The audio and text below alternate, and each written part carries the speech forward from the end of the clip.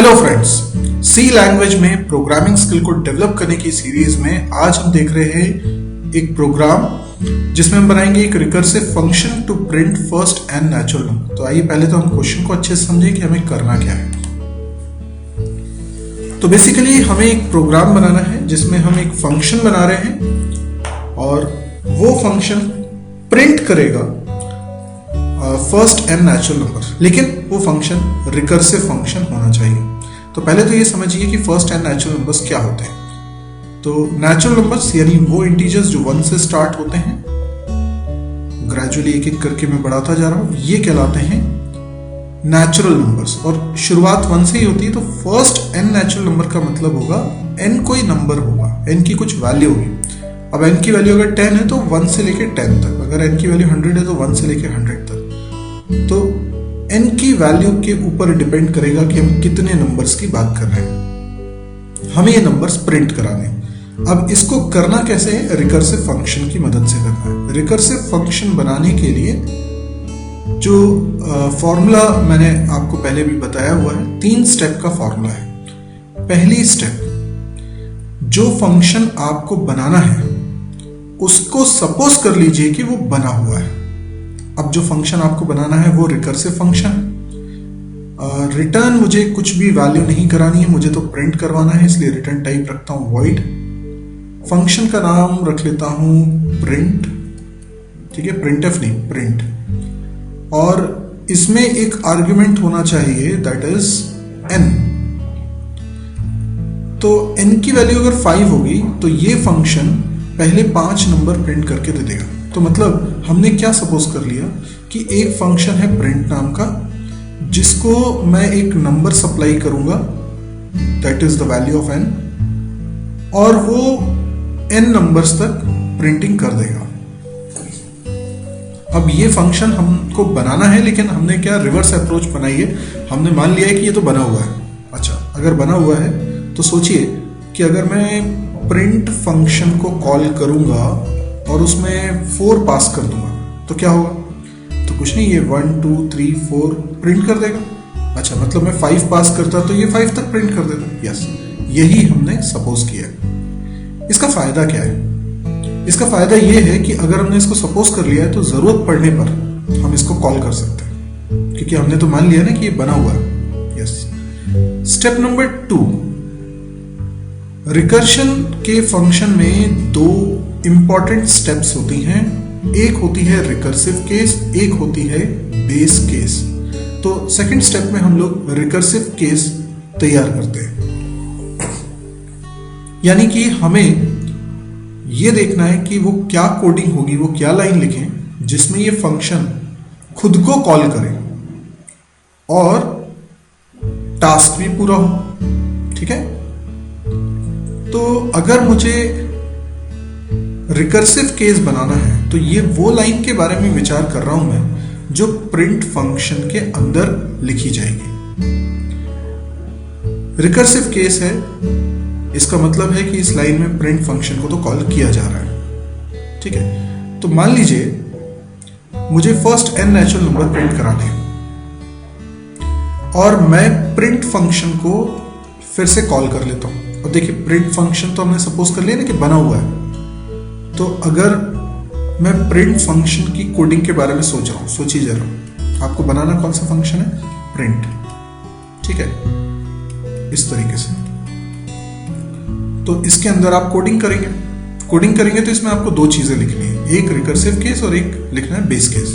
तो जो recursive case आप यहां लिखेंगे उसी के बारे में हम विचार कर रहे हैं। ये वो लाइन होगी जिसमें हम प्रिंट फंक्शन को ही दोबारा कॉल कर रहे होंगे, तभी तो रिकर्शन होगा और हमारा प्रॉब्लम सॉल्व भी होना चाहिए।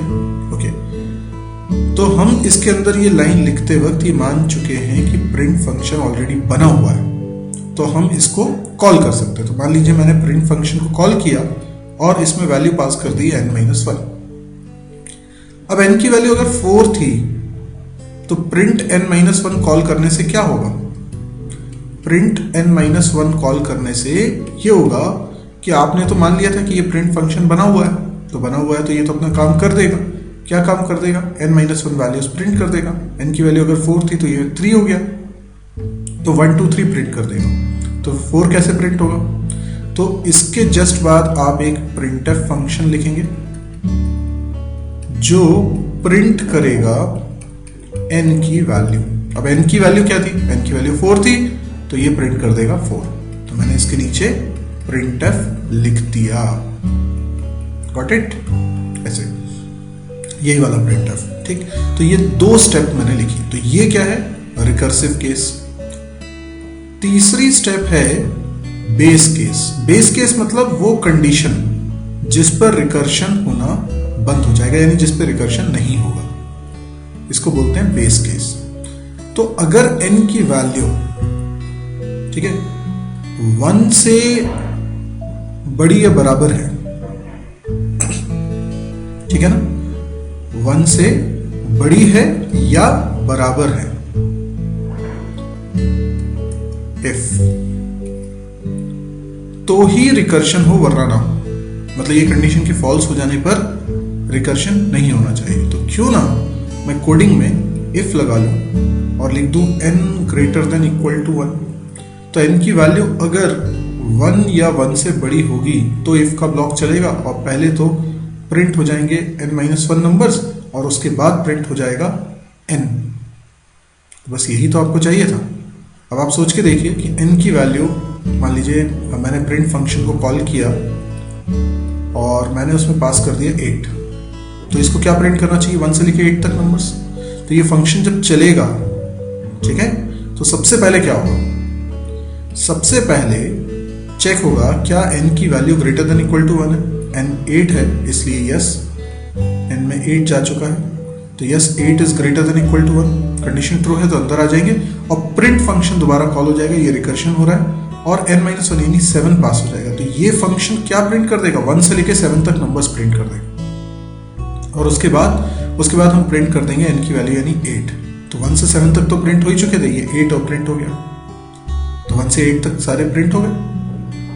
अब जो प्रिंट फंक्शन कॉल हुआ है जिसमें 7 पास किया है, रिकर्शन की वजह से वो फिर से चलेगा। तो इस तरीके से वो एक एक करके हम कॉल करते रहेंगे जब तक कि n की वैल्यू 0 नहीं हो जाती। जैसे ही n की वैल्यू 0 हो जाएगी, ये कंडीशन फॉल्स हो जाएगी और इफ ब्लॉक नहीं चलेगा, तो वहां पे ये रिकर्शन होना स्टॉप हो जाएगा, क्योंकि रिकर्शन तभी तक हो सकता है जब तक n की वैल्यू 1 या 1 से बड़ी है।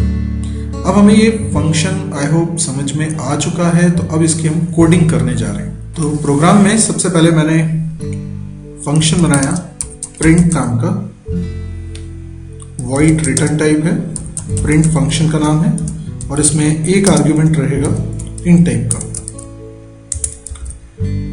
इसकी कोडिंग में हम लोग लिख रहे हैं if n is greater than equal to 1। तो इसमें 2 काम करने होंगे अगर ये कंडीशन ट्रू होती है। सबसे पहले प्रिंट फंक्शन को कॉल करेंगे और इसमें n-1 पास करेंगे, और दूसरा काम हम करेंगे printf फंक्शन को कॉल, थोड़ी सी स्पेस %d, ठीक है, और n की वैल्यू प्रिंट करा देंगे। यही फंक्शन सबसे पहले मैं ऊपर डिक्लेयर कर देता हूं, ये डिक्लेयर कर दिया। इसके बाद मेन फंक्शन बना के इसको हम चला के टेस्ट करके देख सकते हैं। मैं प्रिंट फंक्शन को कॉल कर रहा हूं और इसमें 10 पास कर देता हूं, तो होना ये चाहिए कि 1 से 10 तक नंबर्स प्रिंट हो जाने चाहिए। तो देखते हैं रन करके, ये आप देख सकते हैं 1 से लेके 10 तक नंबर्स प्रिंट हो गए। इसका मतलब अगर यहाँ पे आप 10 नहीं, सपोज करिए 100 पास करते, तो 1 से 100 तक नंबर्स प्रिंट होने चाहिए। यस, देखें आप 1 से लेके 100 तक सारे नंबर्स प्रिंट हो रहे हैं एक सीक्वेंस में। तो ये हमने रिकर्सिव फंक्शन बना लिया है फर्स्ट n नेचुरल नंबर्स को प्रिंट करने का। अब यदि आपको ये वीडियो पसंद आया तो आप इसे लाइक कर सकते हैं। यदि आपको इस तरह के और वीडियोस देखने में इंटरेस्ट है तो आप इस चैनल को जरूर सब्सक्राइब करिए। आप मेरे मोबाइल नंबर पे कांटेक्ट कर सकते हैं, आप व्हाट्सएप मैसेज कर सकते हैं इसी नंबर पे। इसके अलावा आप मेरी वेबसाइट को जरूर विजिट करें, क्योंकि मेरे YouTube पे 1 से अधिक चैनल हैं। हो सकता है आप एक पर्टिकुलर चैनल को देख रहे हो तो बाकी सारे वीडियोस आप मिस कर रहे हैं। इस साइट पे आएंगे तो आपको सारे चैनल्स की भी जानकारी मिलेगी और उन पे रखे वीडियोस के लिंक्स भी आपको बहुत ही ऑर्गेनाइज्ड मैनर में रखे हुए मिलेंगे। आप पूरा कोर्स जैसे कि C लैंग्वेज, C++, जावा, PHP, MySQL, data structure, DBMS, WordPress, इनके कोर्स कर सकते हैं।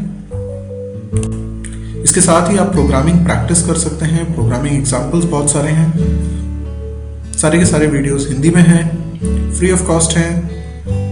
और इसके अलावा कैंपस प्रिपरेशन से रिलेटेड वीडियोस भी आपको मिलेंगे, साथ में उनके ऑब्जेक्टिव क्वेश्चन, इंटरव्यू क्वेश्चंस, ये सब भी मिलेगा। अब ये सारी चीज़ें अगर आपको पसंद आए, क्योंकि इसमें डेली एक नया वीडियो अपलोड होता है, यानी बहुत अपडेटेड साइट रहती है, डेली इसमें कुछ ना कुछ नया आता है।